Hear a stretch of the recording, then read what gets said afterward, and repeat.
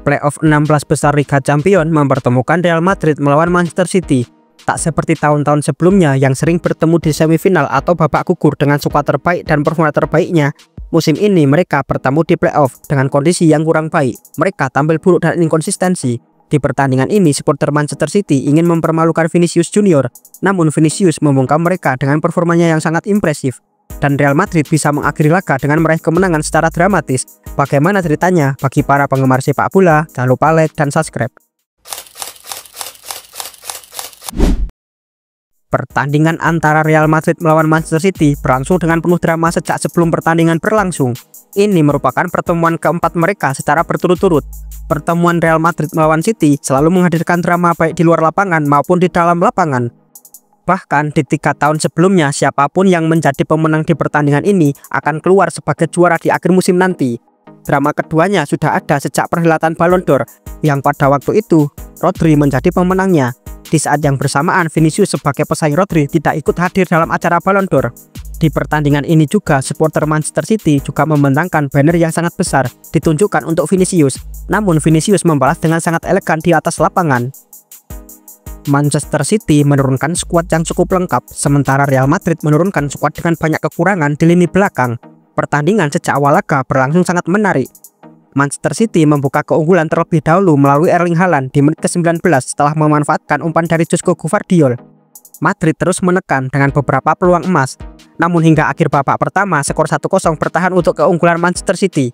Di babak kedua, tepatnya di menit ke-60, Kylian Mbappe akhirnya bisa menyamakan kedudukan setelah memanfaatkan umpan congkelan dari Ceballos. Di menit ke-80, Manchester City berhasil unggul lagi setelah Erling Haaland mencetak gol melalui titik putih. Petaka bagi City akhirnya datang di akhir pertandingan akibat lini belakang mereka yang terlalu panik. Di menit ke-86, pemain pengganti Brahim Diaz sukses menyamakan kedudukan untuk Real Madrid. Dan di akhir laga, Jude Bellingham mencetak gol kemenangan di menit ke-93. Real Madrid akhirnya bisa comeback dan menang secara dramatis melawan City di Etihad. Di awal pertandingan, fans City menunjukkan banner yang menyinggung Vinicius Junior karena tidak mendapatkan Ballon d'Or. Akan tetapi, Vini justru semakin semangat dengan pesan dari fans City ini.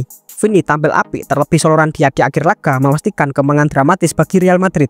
Dan di akhir pertandingan, Vini dinobatkan menjadi pemain terbaik. Secara keseluruhan, Man City tampil buruk dan Real Madrid lebih efektif dalam penyerangan. City kerap kali melakukan kesalahan di lini belakang. Melakukan blunder ketika melawan tim yang diisi oleh Mbappe, Vini, dan Bellingham adalah suatu kesalahan yang besar.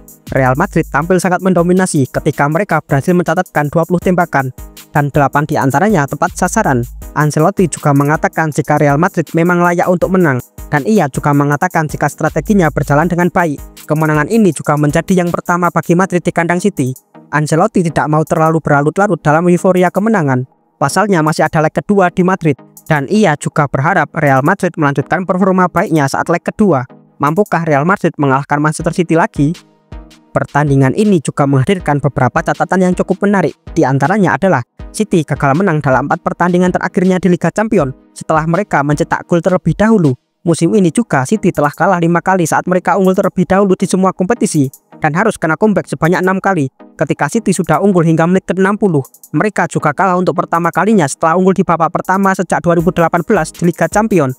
Di pertandingan ini juga Manchester City harus menerima 20 tembakan dari Real Madrid, jumlah terbanyak yang mereka terima saat bermain di Etihad sejak Pep Guardiola melatih Manchester City. City juga kebobolan sebanyak 57 gol dalam 38 pertandingan di musim ini, lebih banyak dari 59 pertandingan di musim lalu, yang saat itu mereka kebobolan sebanyak 54 gol. Hanya pada musim 2016-2017 mereka kebobolan lebih banyak di era Pep Guardiola, yang sebanyak 60 gol.